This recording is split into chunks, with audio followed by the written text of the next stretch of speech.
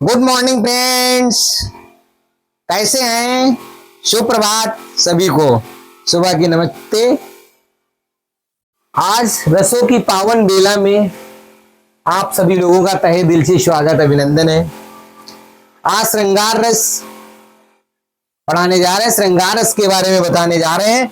कल मैंने बताया था कि संयोग श्रृंगार क्या होता है, संयोग श्रृंगार रस की क्या परिभाषा होती है। संयोग श्रृंगार वह रस होता है जहां पर किसी नायक नायिका के मिलन का वर्णन किया जाए, वहां पर संयोग श्रृंगार रस होता है। और मैंने एक एग्जाम्पल भी बताया था, कहत नटत इज्जत खिजत मिलत खलत लजियात भरे भवन में करत है शो नए नए शो बात।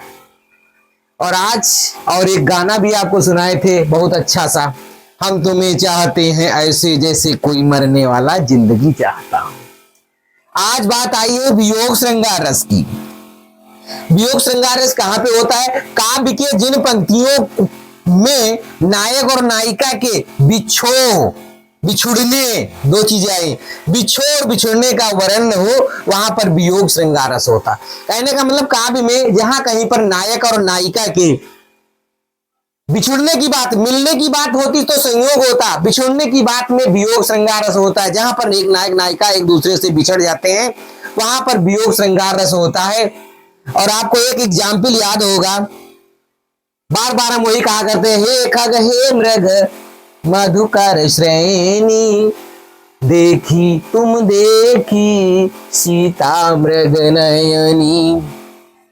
एक एग्जाम्पल आपको गाने का भी दे रहा हूं, अच्छा सा गाना है, आप लोग देखेंगे तो आपको, क्योंकि दो एग्जाम्पल इसलिए दे रहे हैं क्योंकि आज में अब आप सब लोग मूवी बहुत देखते हैं, तो इसलिए कोई भी एक एग्जाम्पल याद हो वो लिख देना। एक गाना है बहुत प्यारा सा है, उठी उठी जो पीर मेरे दिल में, उठी उठी जो पीर मेरे दिल से, मेरे नीर नीर बन के बह गई।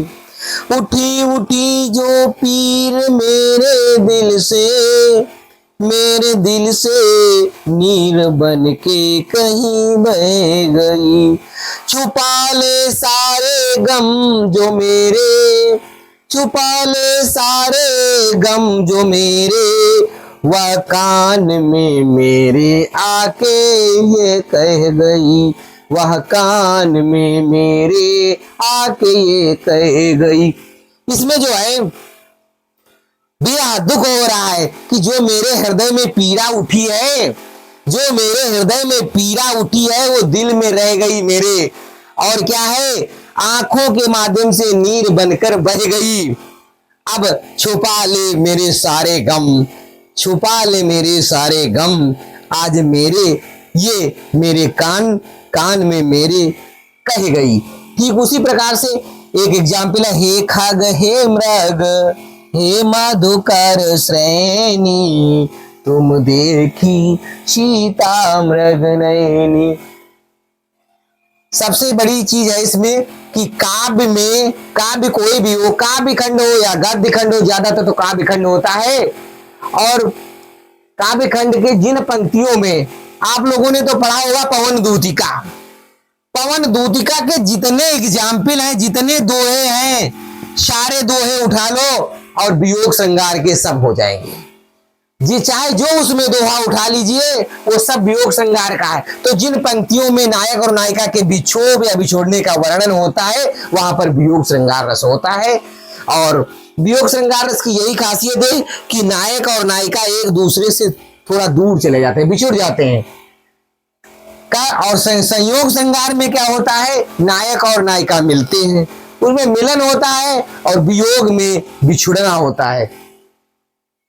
नोट्स कर लीजिए सभी लोग। और थैंक यू, बाय बाय। कैसी लगी क्लास आज की? अगर अच्छी लगी हो क्लास तो लाइक कर दीजिएगा। बाय।